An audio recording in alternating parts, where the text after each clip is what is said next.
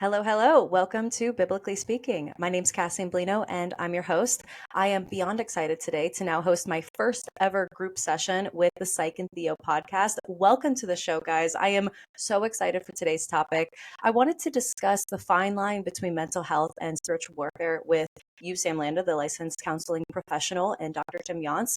And this is something that's come up for me as someone that loves therapy, but also someone that's very aware of the spiritual realm and kind of the attacks that Satan can put on us. And I think it's important as Christians to know, when do we call our doctor and when do we go to church? And is that the same thing or are there differences here? And a lot of the conversations that we discuss today are going to be based on the episode you guys covered, which is the intersection between faith and psychology. So I'm really excited for this discussion to lean on your guys' expertise. All that to say, welcome to the show, guys. How you guys feeling? Doing great. Cool. You guys did an episode on this. What was the thinking behind how you guys structured that conversation? It was one of our earliest episodes, right, Tim? And I think even the concept of Psych and Theo kind of came about in addressing these topics, which is there are a lot of cultural issues going on, and they have counseling or psychological concepts, and there's also these biblical pieces as well, especially for Christians trying to understand both of those and how to make sense of all that. So Tim being the expert in his field and me in mine, we just thought, well, how do we tackle these topics and have a discussion around them? So it was the same thing with this aspect of church and mental health, is that there's always been this divide between the church and counselors. Like, you stay in your lane and we'll stay in our lane, and we don't need to interact with each other. But there's actually a lot of overlap, as we'll probably discuss today, between both of them, because there's a lot of things that we do in the church that have psychological benefits. So we'll talk about more about that in a little bit.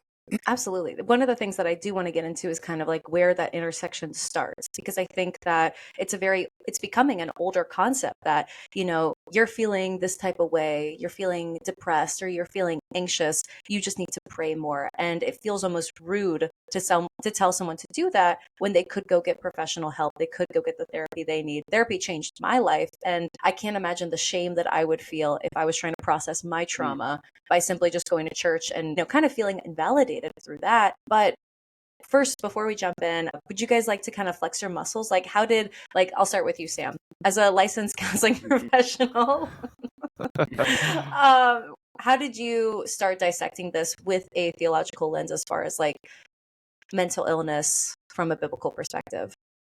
Yeah, it actually started very interesting because I grew up in a church that was very traditional, had a negative view of psychology because our pastor actually came from a psychology background, but he was studying psychology like when it was very liberal, and the concept was mainly, the main theorist at the time was Freud, and that's all he knew and that's all he learned about.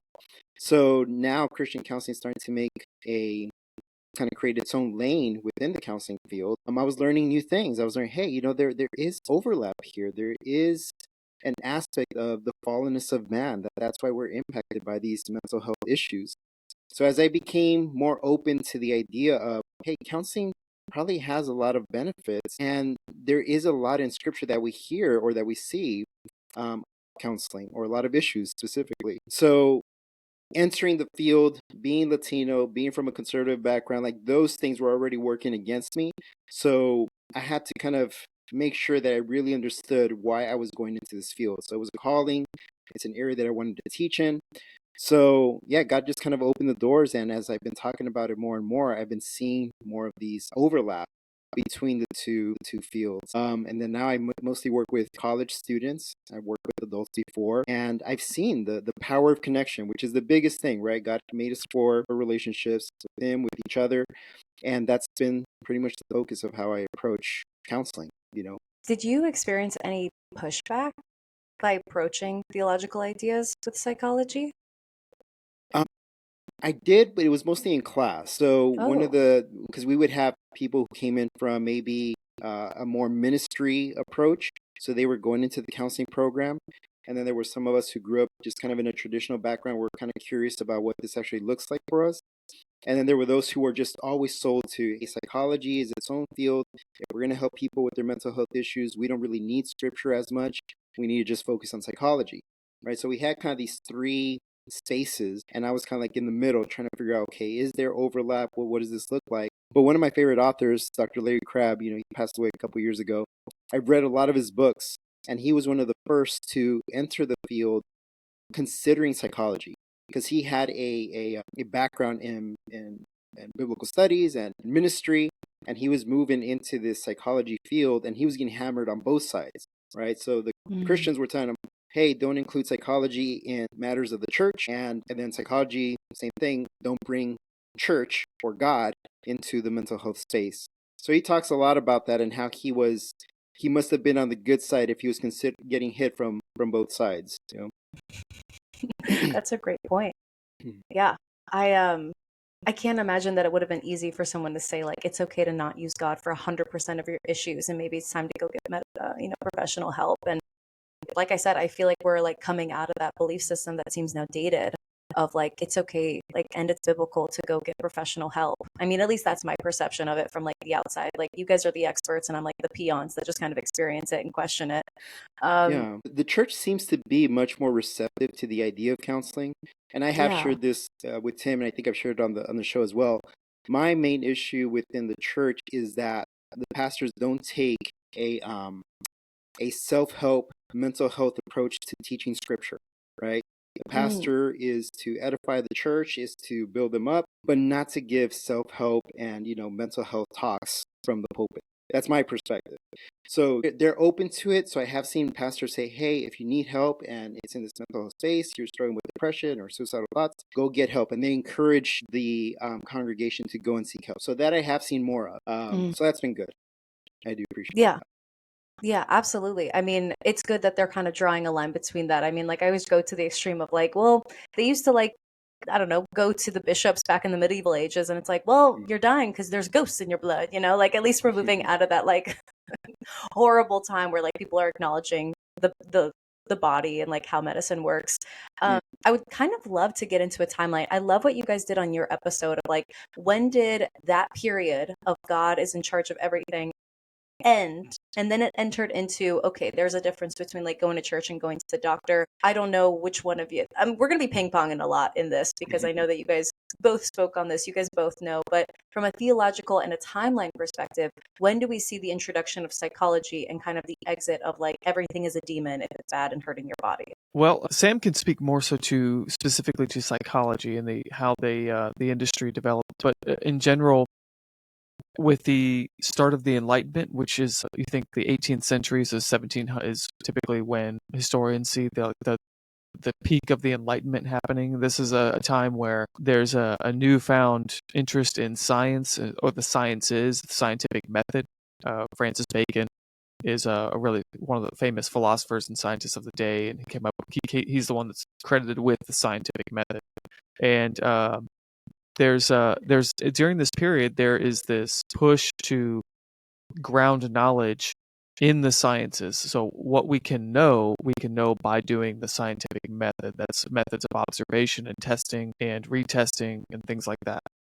Along with that is this major skepticism toward religious things. So the Enlightenment is coming off the heels of the Protestant Reformation and then the wars between the different Protestant denominations and the Catholic Church even. So there's a great sense of there's a great feeling that religion causes a lot of problems in the world, and so we need to actually demystify the world of religious beliefs and become rational people. So there's this emphasis on rationalism. So rationalism, which is we can know things by our reason, the exercise of our reason, and then empiricism, which is things are known because they are observable. We can observe them, we can test them out.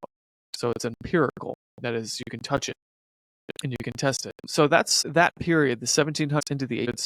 You see this waning of authority from religious institutions and a movement of authority and credibility to, let's say, scientific, I put that in quotations, scientific institutions, or maybe the university and things like that. So with that came an emphasis on the material. So there's a worldview called materialism, which is that the world is just made up of material matter. There's nothing beyond that. with what usually goes along with that is a worldview called naturalism, that the natural world is all there is. There is no supernatural. So belief in the supernatural things is just superstition. You can't test it. You can't touch it.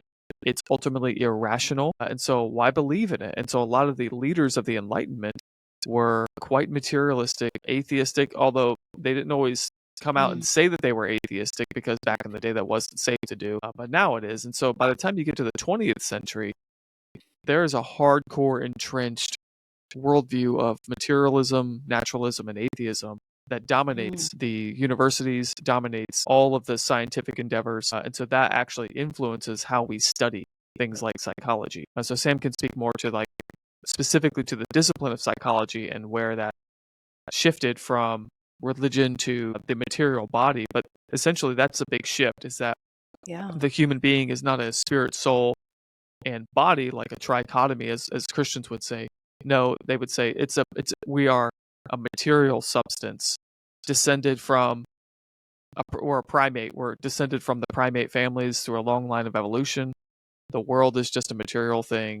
So things that happen to us, even in our minds, are material at their core. And so that there's no spiritual causality to what's going on in the brain. And so that's a worldview at work. So we have to push back on that without falling back into a mindset that every mental problem, every mental disease or psychological disorder is some sort of spiritual problem. Because it might not be. There is a physical element to these things. Yeah, Sam, any comments on that? Just because that seems like we almost went from like one extreme to the other, of like everything is from God to like now nothing is from God, everything is materialistic. And now we're trying to find that middle ground of like spiritual warfare is very real, but also if you need to take meds, you should definitely take those meds. Sam, how would you approach, is there like a rule of thumb, or is there just something that you're seeing within that department of like, yeah, these are the things you should go to the doctor for, but these are the things you should stop at your priest first before you come to the doctor? Yeah, it's interesting because the whole concept of psychology, at least when it first started, was the study of the mind, right? Or the study of the soul, actually. And then it moved to the study of the mind, and then it's like, oh, we can't really measure these different things. We can make observations and start to look at, how people's thoughts are affected. But really, then it became what it is present today. It's more like kind of behavior, observation of behaviors. Like, what are people doing and why are they doing that? So they're conducting all these different studies and so on. So I do that with couples, with individuals. But yeah, the idea was that you want to help people manage their thoughts in order to manage their emotions, right? That this immaterial piece, and Tim kind of alluded to this immaterial piece has always been intriguing for people. They want to understand their thoughts. They want to understand what's going on with their spirit. They want to understand their emotions, right? The material piece. But most of the time, the material part, the body, is what affects those things. So, for example, you see this a lot in the whether it be foster care system or in hospitals when people are dying, right? They can be the happiest person in the world prior to being at the hospital, right? But they get this diagnosis, they get this medication, and they realize that they're going to die, right?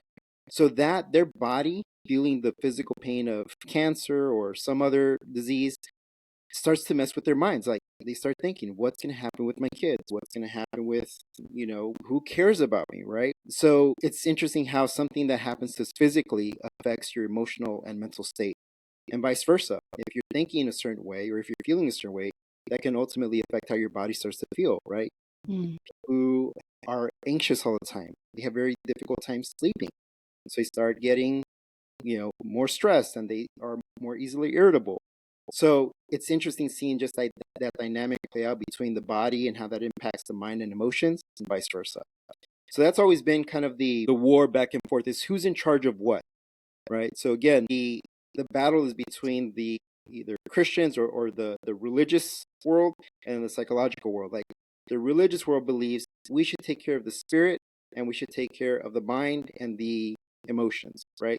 You in the psychology, you need to take care of all the other stuff, the physical stuff, the meditation, the mindfulness, take care, of all these other things that have to do with the body. There should not be any overlap. But what we're seeing is that there is a lot of overlap between the two. You've got to find that middle ground. Absolutely. And that was a perfect transition into my next topic. So thank you Mm, for that. sure. Mhm. The next thing I want to look at is how common biblical characters experience psychological issues and kind of, again, that overlap of what we see in theology happening today. And I'm going to use both of you guys to really dissect this. But I think that one is from a theological perspective, how can we interpret what this character went through? And from a psychology perspective, how can we treat this? Is this trauma? Is this something that, like, when we see ourselves in Jonah, what do we do? Or see ourselves in Job? And I know that we'll eventually talk about trauma.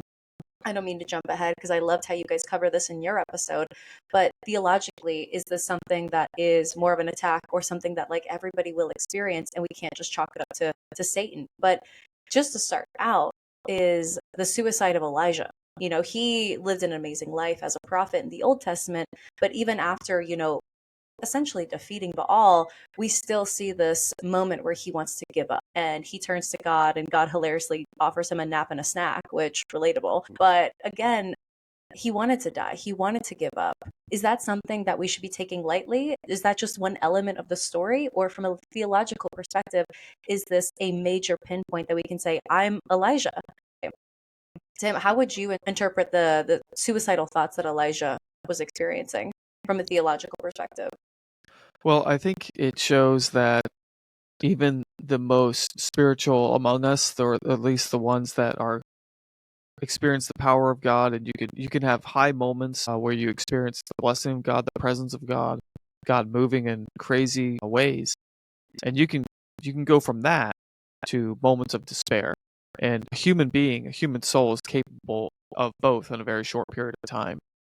I think that's what that shows. I don't, we need to be careful to when we read that passage to say, I am Elijah, because Mm, we're not. But what we can say is Elijah is a human being. And even if Elijah can struggle with despair and the feeling of wanting to give up, then we're capable of struggling with that too. mm. Now, that doesn't mean we should stay there. It just means that if that's that what Elijah experienced is within the range of possibility of what human beings are capable of experiencing. Mhm. Sam, do you have any comments on that? Yeah, I mean, Tim hit it on the nail. I mean, basically, and you gave a bunch of examples of other, Bible characters who have experienced mental health issues as well, whether it be depression or anxiety, or in this case, suicide, is that we just see the real human experience. And that's Yeah. why it's so relatable to us, that we can see that that someone who is close to God still experience these feelings and these emotions and these thoughts, but still continue to press into that relationship that they have with God. So why would it be different in a sense for us as believers today to experience the same things but still kind of have that same desire to press into God during those moments of difficulty, right? So it just speaks to the human experience. And one thing that I did know when I was doing one of my first, because we had to have a theological approach to how we wanted to address counseling, but there were five things that I had noticed prior to the fall that speak to the human experience. So first is that everyone seeks a relationship with God, right? So Adam, relationship with God, he had that freedom. They were always relating to each other, right? Then comes Eve. So you have the first marriage established, relationship to each other, right? You have work, them having to take care of the garden. You have rest, and you also have openness and vulnerability, right? So Mm. all those five spaces that I just mentioned, each of those was impacted by the fall. Those are the same spaces that today, excuse me, that today create a lot of the mental health issues that we're discussing. Is that they feel disconnected from God. In the words of secular people, they might say, "Oh, my higher power," or "I don't want to have anything to do with your God." Right? So they have that. They have broken relationships with family members, broken relationships in romantic relationships, right? Work provides meaning. It provides a sense of significance, something that you can contribute to the world.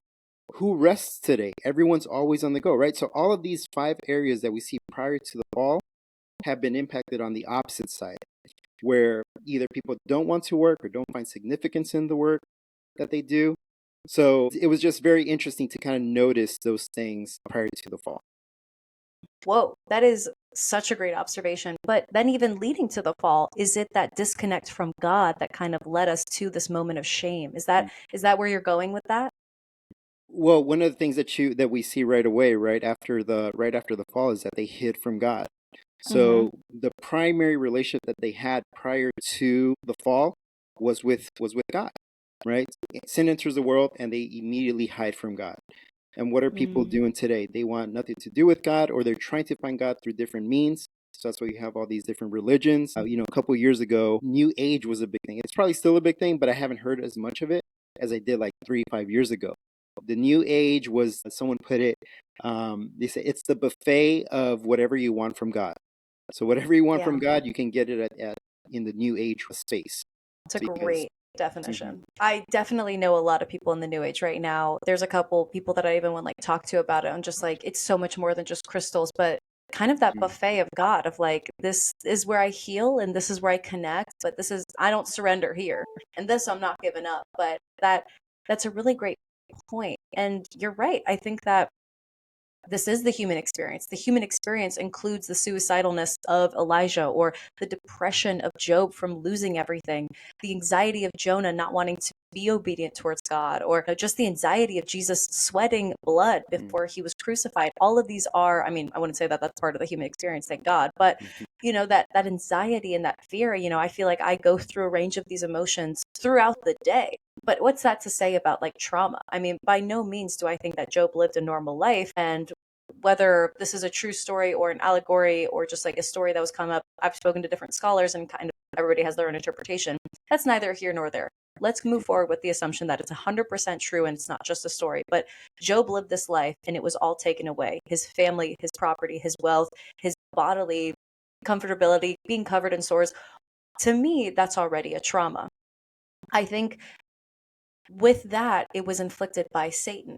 So I think I'm trying mhm, to piece together, okay, what is the devil and what is on earth?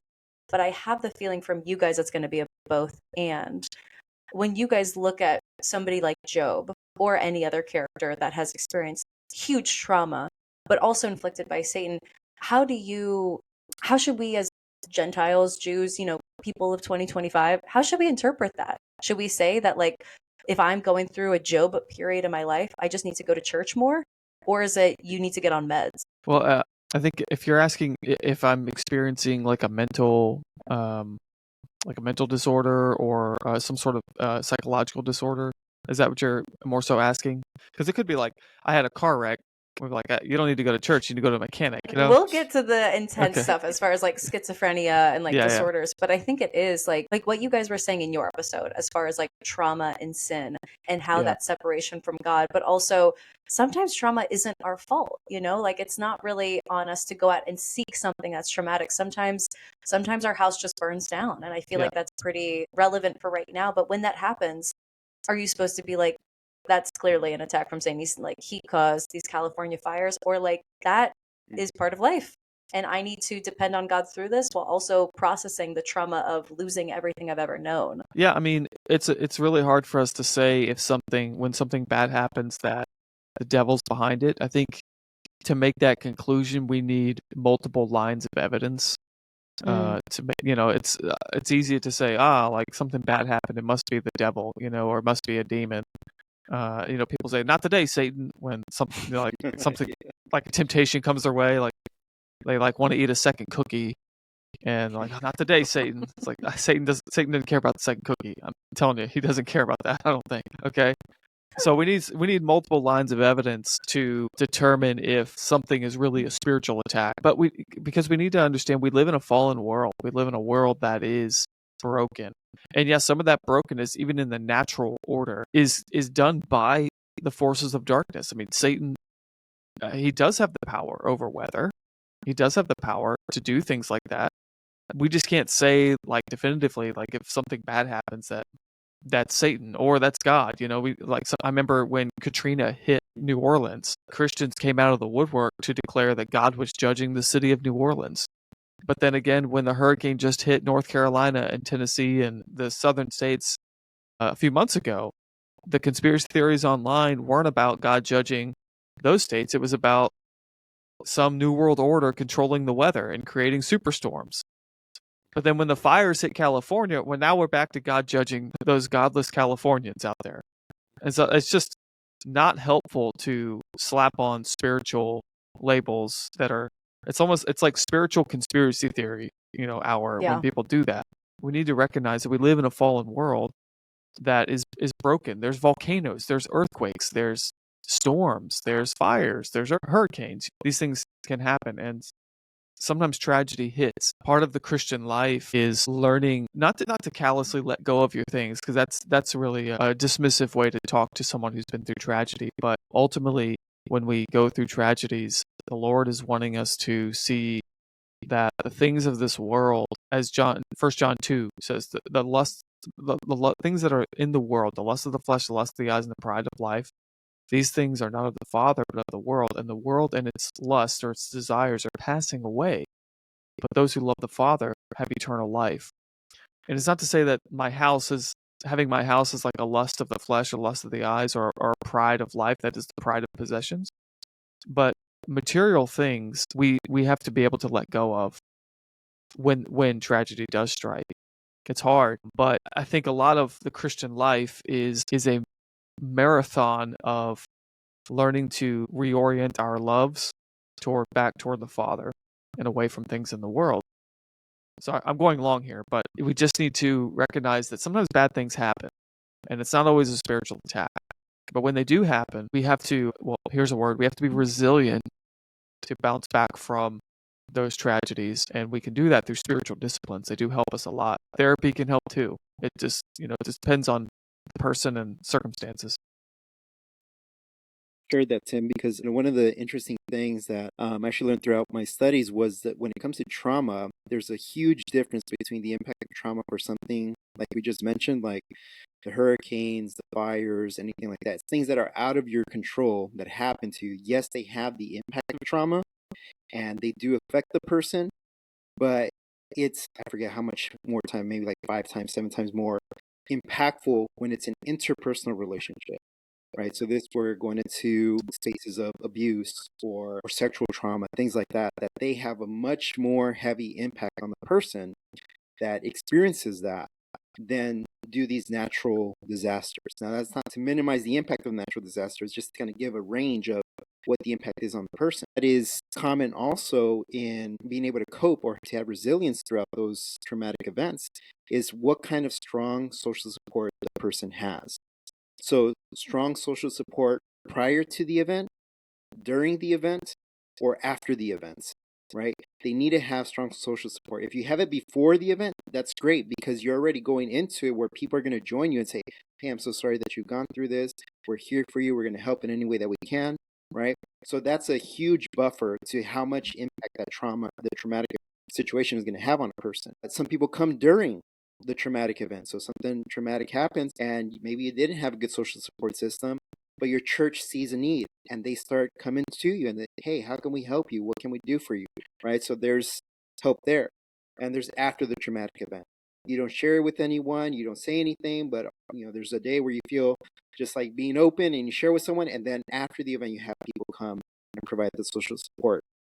So social support is the number one factor that helps people cope with their trauma and helps them become more resilient.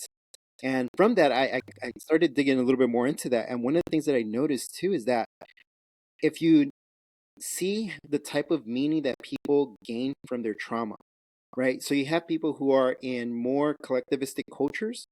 Notice how they go through the worst type of experiences, no food, they've been robbed, they've been, their family members were murdered, all these different things. And then you talk to them and it doesn't seem like that traumatic event had such a big effect on them. So you ask yourself, why was that? Well, because it's a collectivistic culture. As a community, they're already drawn to provide that strong social support, so they're able to cope with things a little bit better. They're still affected by the trauma, but they're able to cope with it a lot better. Now, compare that to our individualistic culture, where you have to do things on your own and you don't always have that strong social support. The impact of mental health issues, I mean, everything is trauma, which is not helpful for the person to cope well, right? So it was very interesting seeing how culture also plays a huge role in that. and how we cope with these different things. And the main thing to take away from a situation with trauma is what kind of meaning is the person making out of that traumatic event, right? So what kind of narrative is that person continuing to repeat to themselves about that specific event? So Oh. that's a huge factor too, is some people will see it as this traumatic event impacted me so much I'm not able to do anything anymore, or it's affecting all of my relationships and I'm not able to change. This is just the way that I am, right? So from an individualistic culture, you can see why that would be the push, is that you have to be who you are. But in a collectivistic culture, you have to adjust to what's going to benefit the community. So again, there's going to be arguments on both sides, like, well, is that really healthy? Is that not? Well, what I'm looking at is, well, how are they coping better? And it does seem that those in collectivistic cultures seem to cope better with traumatic events than do those in individualistic cultures. So much to think about. If I'm, kind of digesting all of this all at once, it seems like trauma is external. It happens to you. And depending on what kind of society, either individualistic or a collective society, you can either process it better or for worse. But at the end of the day, this is the human experience. And from that trauma sprouts these very natural reactions like anxiety, suicide, depression, guilt, betrayal that we see in these Bible characters, that we're having the human experience. And I think that adequately and appropriately outlines these mental issues that we see today. It was no different for them back then. To take us one level deeper, and again, thank you, Sam, for the amazing transitions into my next topics, is one level deeper is, where do we draw the boundary? The boundary between something that is not just the human experience, it's now beyond this world, something that we need to be praying against. And you guys know I love talking about the unseen realm because I believe we're at war. And I don't mean to do it to give demons a platform and to only talk about them. I feel like we don't talk about them enough, so we're not praying against them. I believe that we're not just going through a season of temptation. I think every second of the day, I am tempted. I am separated from God, at least through attempts of that. I wake up in the morning and I'm hit with feelings of not being enough. I'm hit with feelings of anxiety and like worry. And I don't think that's my identity. I'm a child of God. So to me, it feels like a spiritual attack, not just a trauma based human experience. So when you guys look at the Bible, are there instances that are very clear, or, not even the Bible, when you look at patients that are having these very disruptive disorders like schizophrenia, and maybe you do deal with patients like that, maybe you don't, Sam, where's the boundary between the human psyche and the spiritual warfare? So speaking regarding schizophrenia, I think it was my first or second client was schizophrenic, bipolar, and severely depressed. And I was I was in my practicum. So that was my first experience. And I had a great supervisor who kind of guided me through the process and so on. But maybe I've seen two more clients who struggled with that. And, with the first client that I had, I did see progress and they were able to cope. But we talked about all these things that we've been discussing, right? Who's your social support? He was kind of a little bit more odd and, a little bit out there. So he didn't have a lot of strong social support. But when he started working, and I think he found one person who was able to kind of connect with him in some way, I mean, you just see a difference within a couple of weeks, just how that impacted him. So again, that goes back to the importance of the relationships, right? That God created us for relationship with himself, relationship with each other. So it's finding those spaces, where can I get this person connected to the church, to another person, someone, right? You're just trying to build some sort of relationship with them. And obviously the counselor-client relationship is super important for them too, because it's one model that they can take outside to, to the world around them and see, okay, so here's what a healthy relationship could look like. How do I replicate this out in the real world with other people so I can become healthier? So the relationship piece is a huge piece.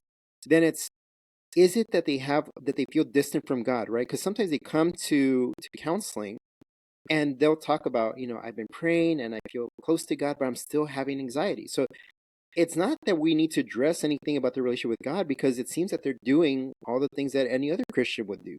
So could it be, right? We have to ask ourselves the question, could it be something else? So we ask them to go get a physical, to go get checked up by a doctor, to go see a counselor, and so on. So the way that I look at it is we look at the physical, we look at the mental, the emotional, the spiritual, right? All of these factors. And the one that seems to be missing most often is the one that we ignore as Christians is the body, is the physical piece, right?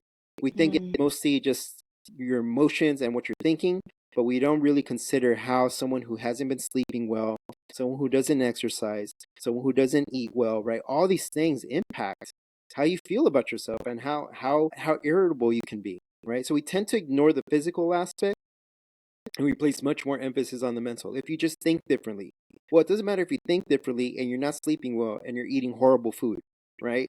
So Yeah. it's that overlap of the physical and the emotional, spiritual, and mental. So it's just a filtering out process. Very interesting. My sister's a therapist, and obviously my whole family's Christian, so we talk a lot about kind of like her patients without breaking any confidentiality laws, and just kind of like talking about her work. And she has had a couple patients that she felt, and this is like all alleged, this was just her being a Christian and picking up on, she felt that she had a few patients that just had some demonic activities of just like knowing things about her she never admitted. And this is like a patient who's 6 years Oh, old. wow. You know, these types of like extreme anger and extreme, like, it just doesn't make sense. It doesn't fit within that diagnosis of they're just depressed, they're just addicted to their iPad. Like, it wouldn't make sense. So when I look at, you know, scriptures about like Legion, you know, when he has like a legion of demons in him and he's so ostracized and like feared by society, he's like chained outside of the town. And I feel like this is more of like a Tim question of like, where do we need to recognize and start praying? Like, where and when is it more helpful to go to church that you might see this in today's like mental health crisis? Yeah, so in the world of deliverance ministries and exorcisms, there's three telltale signs of demonic or demonization, whether that's possession, obsession, oppression, whatever. There's three telltale signs that a person is heavily demonized. And this comes from both Catholic and Protestant sources, though they all talk about these three things. Not that it's only these three, but these are like big calling cards. The first is a supernatural strength or some sort of supernatural ability to defy the laws of nature. So levitation, or a tiny little person, like a tiny little girl, being able to throw a grown man across the room. Like, those things don't happen, you know, naturally. Another one is what you just mentioned, supernatural knowledge, where someone has knowledge or the ability to know things that it's impossible for them to know. And there's lots and lots of cases of that. In fact, I've had friends who have had experiences like that with people. And there's too many firsthand accounts of this happening to throw out the supernatural completely. We'll get to that in a second. And then the third is aversion to holy things or sanctified things. So if someone starts praying, the person will get agitated or uncomfortable. You know, the Catholics have different modes or ways of testing for that as well, with their various sacraments, holy water, and things like that, relics and things like that, which we don't have to get into that whole tangent. But yeah, basically, in the world of deliverance ministries, those three are big calling cards. But there could be other things too. That's just in observance of the person. There could be a sense of discernment within Christians themselves, and that could be confirmed by 2 or 3 Christians all feeling or sensing the same thing. It's a controversial thing, but there is something that seems to be legitimate. This I don't know if you want to call it a gift, but certain they call it seeing or being a seer in the Christian world. We're not talking like divination or sorcery or something like that. We're talking in the Christian world, people who deal in deliverance ministry. Usually, there's a couple of them. If they work together, they'll see or sense the same thing about this person. Like I'm sensing like this person is about to do this, or there's something in their background. So there's that, and you could attribute that to the Holy Spirit. I mean, just because the tarot card reader or the seance person down the road can have those abilities doesn't mean that the Holy Spirit can't give to his people with the same abilities when used for That's a good deliverance. distinction. Yeah, used for deliverance ministry. So there's lots of accounts of Christians having that sense of discernment or knowing or seeing or something like that.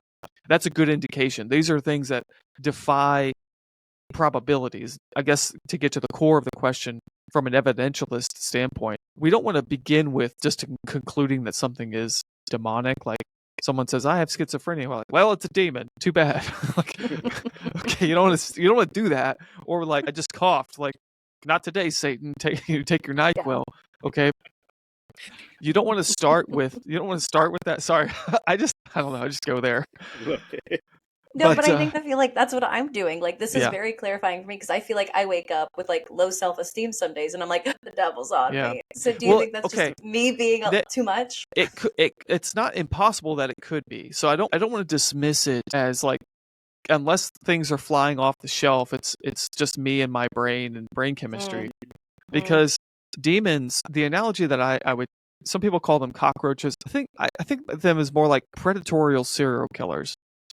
Like they're these wicked spiritual entities that hide. They hide and they prey on people, and they love to torment people. Sorry, that's probably a dark analogy, but bear with me here, okay? Like a demon loves to hide behind things, and so they don't want to be found out. And this is true. Like all deliverance ministry people will tell you this, that it's only when they start to pray for the victim and they start to bless the victim and try to determine what doors were opened and to cause this demonization, that then the aggression comes out, then the wild stuff starts happening. But before that, the person is going through torment, and that torment could mimic classical, typical psychological disorders that we see. So it's not to say that every disorder is a demon. It's not. But there, as we talked about in one of our episodes on this, there tends to be like an overlay between what could be a mental disorder that's physiological based, or it could be a spiritual thing. And the demons can sometimes hide behind that stuff because that's how they torment people too. So you have to go through this process, like Sam said, start with the body, and then look at the mind, look at the past trauma and things like that. And if you work through those things, then ultimately you get, after all that doesn't work, then we can consider, okay, this might be spiritual. There's a friend of mine, his name's Dave Appleby. He's run deliverance ministry for 30 plus years, but he's also a professional counselor. And I've asked him, like, how do you know which is which? How do you know when it's just psychological versus spiritual? And he's like, well, usually when they come for deliverance, it's their last stop. They've tried everything else. Okay, and even in the Catholic Church, in order to go through an official exorcism, the person has to go through a rigorous psychological examination. So even in these circles, we're trying to rule out what's physiological and psychological first before we conclude something is spiritual. But that's not to say that if you wake up and also you're just bombarded with these feelings and thoughts, and you seem to be out of nowhere, that could be a spiritual attack. And I would just recommend praying through that. Ask friends to yeah. pray for you. Yeah. Don't assume that don't conclude, I guess, that it's just demonic, because it might just be one's anxiety getting to them. It might be. So it just takes some discernment there and maturity not to jump the gun. Yeah. I hope that Yeah, that was incredibly helpful. Sam, do you have any comments on that? I feel like my follow-up question to that is like, okay, so when we look at scripture, are there parts of psychology that kind of pull us away from scripture that we need to be wary of as Christians? Yeah, I mean, I think what came to mind as Tim was sharing that was this idea of going back to what meaning or how does it help you to think of it the way that you're currently thinking of it. So, for example, is it helpful to think about your anxious thoughts as being an attack? So you would look at them and say, well, yeah, because it makes me realize and identify here's the culprit, and that's where I could direct my attention to. So that's how I do it, and that helps me cope with that, right? But for someone else, that might not be the way that they cope with that. For them, it could be something like, gosh, I'm really having a lot of anxious thoughts. I wonder where all these thoughts. You know what? It's been a really busy week, and I have all this stuff that I still haven't talked to my friend about. I still haven't addressed this issue over here. So it would make sense why I'm getting so overwhelmed with these anxious, right? So they would take it more, okay, what note taking of what their last couple of days have been, and because they take that note, okay, that's why that makes sense why I'm anxious, right? It's like there was a comedian who was saying to a bunch of Gen Zers, I think he said, stop complaining about your anxiety. Everyone has had anxiety all over the world at every single time, right? And basically what he's pointing out is that the feeling of anxiety is a common human experience. What's not common is how we cope with the anxiety, right? Mm, So how do you cope with your anxiety that helps you draw closer to God? It helps alleviate mm, some of that anxiety, right? For some it's prayer, for some it's journaling, for some it's getting together with other friends. For some, it's writing a list and knocking out those things on the list, right? Just the way that people don't have coping skills to deal with the anxiety. They only talk about the anxiety without actually doing anything about it. Same thing with depression. One of the things that's interesting about depression is that the more someone talks about it, the more depressed they get, right? So some common solutions for fighting off depression is, hey, get some sunlight. It's a simple thing, right? Go for a 15, 30-minute walk. But people don't want to do that. So they'll keep talking about the depression. Now, that's not to diminish the fact that they're feeling depressed, but when you give people solutions to, there's some natural things that we can do that can help with that. How's your diet? How's your sleep, right? And again, it just goes back to eliminating certain pieces that you filtered out and then implementing some new practices. But a lot of the way to cope with those things is, what kind of meaning do you want to draw from it? There's a lot of people that experience trauma, but what makes it the difference between two kids who grew up in the same home? They both experienced the same trauma because they had an abusive alcoholic father, right? But they end up in two completely different places when they get older. What contributes to that? There's personality traits, there's the meaning that they drew from that, there's how they cope, there's what friends that they make throughout their lives, right? So it comes down to a lot of different choices that people make as well. So again, there's a lot to go into there, but the idea is, what kind of meaning do you want to create from this situation, and how are you coping with it, right? Everyone experiences anxiety. Everyone's experienced depression at some point. Everyone has maybe had a thought or two of not wanting to be here anymore. But it's, what did they do differently that's kept them going, right? That commit suicide. One of the questions that we ask is, you know what? I can see why you would want to end your life, considering everything that's happened. What's kept you going, right? And you make them reflect on, well, they still want to end their life, but they're still here. So what's been that motivator that's kept you going, right? So you just build on the things that they've done to keep them alive, right? So again, it's just, where do you direct your mind to? What kind of meaning do you want to draw from it, and then go from there? This is so nice having both you guys on, because it really does offer that holistic perspective to all my questions. So this is Yeah, great this is for great. me. You guys are professional podcasters, so this is the easiest podcast ever. I feel like this is super helpful, because I really like what you said, Sam, as far as, like, when you do experience anxiety and depression, like, what do you do after that? And I think that is where faith begins, of like, God, I depend on you. I am going through something, whether I stub my toe or I just feel depressed, regardless of the situation. Now I turn to you. And that's how we go through these difficult periods. And I think it was also Josh Waltman who also discussed, like, when we talked about the unseen realm, he's like, these demons, they exploit it. While they may not be the one that's like causing you to be depressed, they'll hide behind it, like you said, Tim, and really use that and leverage that to pull you farther away from God. Kind of praying into, like, needing God and depending on God, regardless of if it's like attached to a demon or not, or whether a demon's exploiting your depression. But it is you guys have done a really great job creating this gray space between, it's not just like, well, it's schizophrenia, it's a demon, but also, like, no matter what in this human experience, how can we still turn to God? And again, like, I think just the way that this conversation has gone, it's been very emblematic of just like, the faith isn't black and white. Like, faith is interwoven to every part of our lives, and it's not fair for us to exclude certain parts because it falls within, like, just the realm of psychology, and this falls within the bucket of church. It really does influence one another, and we can depend on God through all of it. Any final thoughts, Tim? I mean, this is like, I'm good. Like, I think my personal recommendation is, if anyone is seeking mental therapy, that they would. Now, I could say this as a non-counselor psychologist, but Sam is a professional counselor. But I would say seek out a Christian counselor, seek out because even your own therapist, their worldview is going to matter. It's not that non-Christian therapists aren't qualified to treat illnesses; they certainly are. But if you are a Christian and you are looking for a holistic solution, you're not going to get that from someone who doesn't share your worldview. So seek out someone who shares your worldview and can account for both the physical and the spiritual. Yes, I completely agree. I have a personal relation to that, because I got therapy starting in 2020, and it was life-changing. Like, processing my trauma through EMDR was like I'm a different person. It changed me that much. And it was really, really helpful. And I loved my psychologist or my therapist. She had a PhD, like she was just so good at it. And I, as you guys all witnessed, went through this faith journey over the last year, like starting in 2023.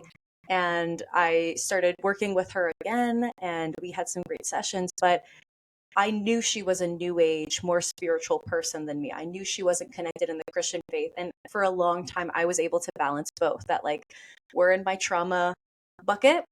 And when I sign off, I'm back into my Christian bucket. And that worked for me until it didn't. And she started suggesting coping mechanisms like a pendulum. She said, okay, let's work with a pendulum to see, like, this is how it works. And that helps you center on what you want. And it was so weird being then in my faith journey of like, I really liked you. I really liked you. And while, of course, she's not at all ever trying to offend me, she's a professional, she's great. I had to put up some boundaries of like, I don't think we can work together, you know, and that's not to say that she was bad at her job whatsoever. She was incredible.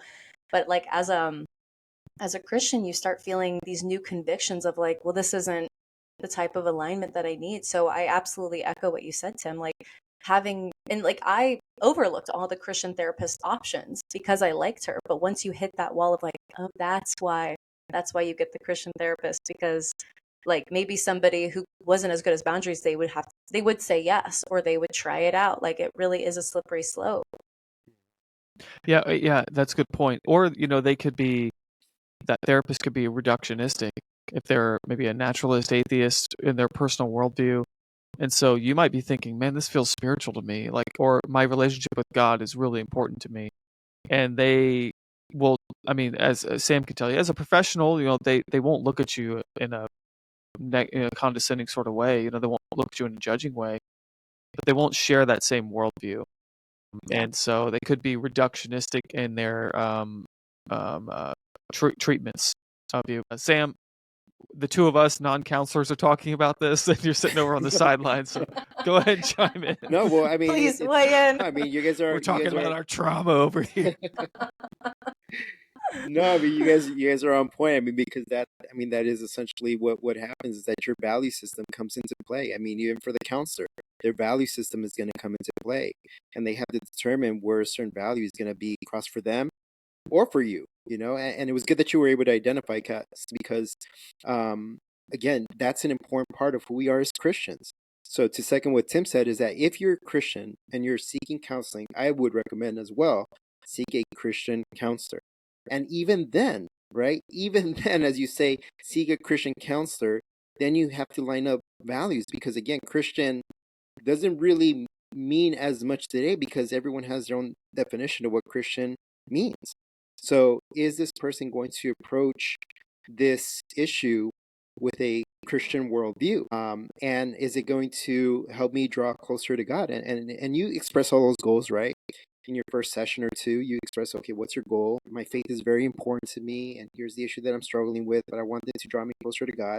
And, they'll be able to help you, and it won't be a struggle for them, because if they're a believer, they're going to try to guide you to build that relationship with God and with other people. So yeah, I mean, for clients specifically, if you're going to a counselor, you are able to filter out a counselor if they don't line up with your values, and you can choose someone else, right? So choose a Christian counselor. Yeah.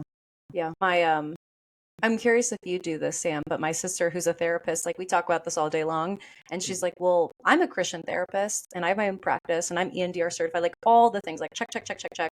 And she's like, and I advertise that because I want to say, like, I'm a Christian therapist and I will pray for you. Like, imagine having a therapist that's praying for you even after the session. And she's like, is that weird? Like, should I include that? And I have to check, but I'm pretty sure she includes it. Do you Yeah. also advertise that, Sam? Yeah. So at our office, we have they fill out an intake form, and one of the check boxes that they have is, do you want to have Christian integration as part of your counseling? So most say yes, right? But there will be some who say no, and that for me is just like I wonder why. And typically, what you find is some form of church hurt, right? So their parents got kicked out of a church for a certain reason, or they were mistreated in some way, shape, or form, or they're in the process of deconstruction, right? So they don't want to address spiritual matters. So I take note of that to see, okay, where they are, and I'm still able to address their their issue working with them more clinically. But if they describe themselves as being believers, then we're able to touch on that. But if they don't want that as part of their counseling, then we don't necessarily go there. But there's always a way to integrate it in different ways. Yeah, in your prayer time, you're like, I can't pray specifically for this person, but God, you know who I'm talking about. In the process, before, after, there's some that are really heavy. Some, obviously, they experience some severe hurt, and you can only feel bad for them. But yeah, I mean, Lord, soften their heart, that they're able to come back, and I do a good job as I work with them. Yeah. Wow. I have one final thought, and this is in tradition of the Psych Theo podcast.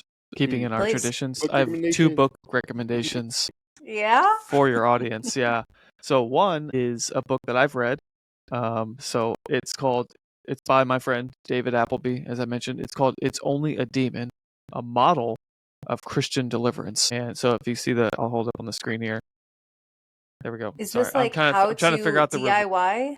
No, not like a DIY. Don't do it yourself, okay?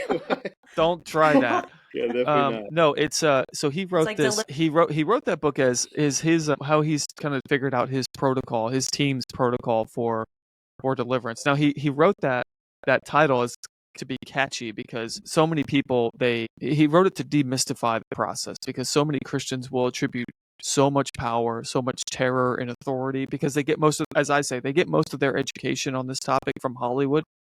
Yeah, 100%. And that's wrong. It's not biblical. And so Dave's approach is a very methodical, very sober, and non-fantastic, let's say, way of dealing with this. Now he's seen things. He's seen some pretty crazy things in his time, but this book is a way of it's like a model for if there's churches that are curious about how to properly do deliverance. It's sort of explaining that how to do that properly and biblically as a Protestant. So as he says in the first chapter, deliverance is a ministry of the church. It's something that Christians are given the authority and the responsibility to do. That doesn't mean we kind of like ride up on Harleys to like the nightclub, like walk in there, like busting bottles and exorcising demons. That's not what we do. But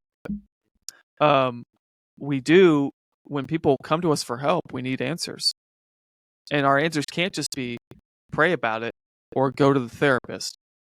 And not just anyone could do deliverance as well is the other thing too. Yeah. So yeah, it's a great book to read. The other book, which I'm working through right now, but I learned through a podcast. It's written by a Catholic psychologist and psychiatrist. His name's Richard Gallagher, and this one's called Demonic Foes. So you can get that on the screen. And it's his experience as a psychiatrist dealing with supernatural cases. And so he as a psychiatrist, he walks through how does he determine if something is spiritual versus psychiatric. So these are 2 good books to recommend if people are interested in that topic of how people in the deliverance space have thought about these things because they're not dummies. They're professionals too, and they know the difference between like jumping to conclusions that something is a spiritual versus actually determining and ruling things out to get to the conclusion that this is most likely spiritual in nature. That is a good book to read. I'll link both of those in the show notes below if somebody wants to buy them off Amazon. Sam, do you have any book recommendations? I do not, actually. I want to honor the Psych and Theo tradition. Hey, I got lots of books behind me too. I could just talk about those for days. Of books behind I'll do this one. No, I think truly this conversation with you guys, I mean, it's always great just chatting with you guys, but on this topic specifically, I think that it is a very holistic approach of like, it's not black and white, it's an if and also like depend on God through all things, especially the human experience. And you guys really communicated that so eloquently. So thank you for coming on. Everyone's probably obsessed with you guys. They love how you guys communicate. So what's coming up for Psych and Theo? How do people, A, get in contact, B, look forward to, and any other things that you guys can really plug in right now? I saw what you did there with the whole obsessed comment. Like, that's a real good pun there. Sam, what do we got? I was making that pun, but we'll go with that. Sam, what do we got coming up? Well, we have a couple of topics coming up pretty soon, but the one that's going to be released, I guess, tomorrow is going to be on vulnerability between men and when is it appropriate to share and when is it not. So that's a big thing. Ooh.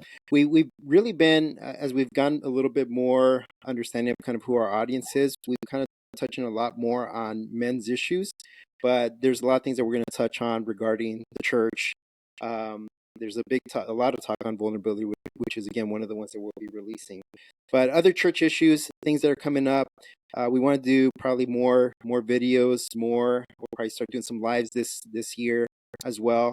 And I think you gave us that idea, Cass, about it'd be cool to just have a live and have people ask questions, and for us to answer as best as we can. But we'll give them a topic or something. So we'll see how we start planning this whole piece out. But a lot of new things for this year. Stay tuned. Absolutely. And if I'm not mistaken, we're all doing a live on Instagram coming up. I think it's the 31st. Whoa, what? No, not the 31st. Oh, maybe not the 31st. February Which date something. is it? February. I think Oh, yeah. February 7th. 7th, okay. That makes Yeah, Tim, you haven't accepted the invite, so that's awkward. Oh. I'll put tentative. That will be exciting because I agree. I think it is so amazing to just have people have this opportunity. Like, I'm spoiled that I get to talk to you guys and, ask any of my questions. But I know that other people are obviously in this. So I'm excited for that chat because this is going to come out on Tuesday. So let's pretend it's Tuesday. It just came out. You guys are listening to this upcoming Friday. Anybody listening will have the chance to sit down with Sam and Tim on Instagram, comment any questions, and it'll be a nice casual conversation as it always is, but extremely illuminating when it comes to the psychological and theological perspective on things. So as always, it's a pleasure. Thank you so much for this hour and a little bit more to talk. I appreciate you guys staying up late from East Coast hours to accommodate Hawaiian hours. So thank you. And I'm so excited to chat a little bit more. And you guys are always welcome back. So let's find another reason to bring you back on. Awesome. Glad to do it. Thank you. Thank you.